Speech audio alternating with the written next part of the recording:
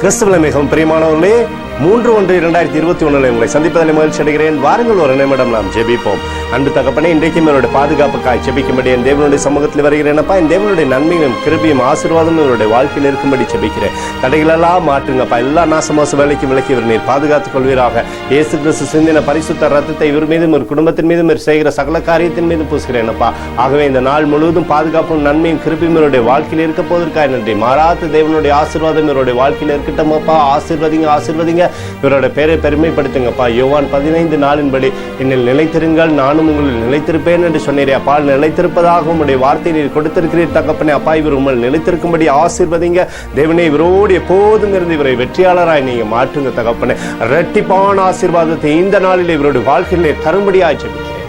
நேற்றும் இன்றும் என்று மாறாதவராகி இயேசுவின் நாமத்திலே ஒப்புக்கொண்டு ஜெபிக்கிறேன் நல்ல பிதாவே, ஆமேன். பிரியமான ஜெப பங்காளரே, ஒரு நிமிடம் நாம் இந்திய தேசத்திற்காக ஜெபிப்போம்.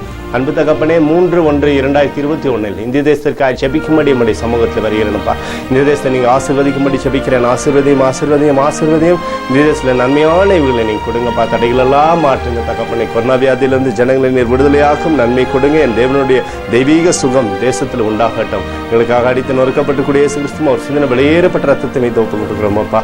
அத்தோடு இந்திய தேசத்தில் எழுப்புதலை தரும்படியாய் ஜெபிக்கிறேன். எழுப்புதலை தருவீராக, கண்கள் பார்க்கும்படி நீர் ஆசீர்வதிக்கும்படி ஜெபிக்கிறேன். நேற்றும் இன்றும் என்று மாறாதவராகிய இயேசுவின் நாமத்தில் ஒப்புக்கொண்டு ஜெபிக்கிறேன் நல்ல பிதாவே, ஆமேன். பிரியமான ஜெப பங்காளரே, ஆண்டவர் நம்மளுடைய ஜெபத்தை கேட்டிருக்கிறார். இந்த நாள் முழுவதும் கர்த்தராகிய இயேசு கிறிஸ்துக்குள் நீங்கள் வளரும்படி உங்களை வாழ்த்தி ஆசீர்வதிக்கிறேன், ஆமேன்.